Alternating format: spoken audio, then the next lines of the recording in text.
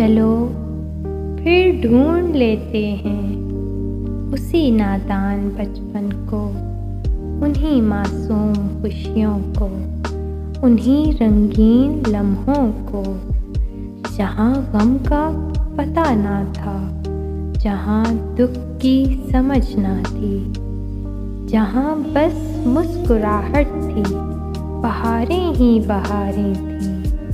कि जब सावन बरसता था तो उस कागज़ की कश्ती को बनाना और डिबो देना बहुत अच्छा सा लगता था, और इस दुनिया का हर चेहरा बहुत सच्चा सा लगता था।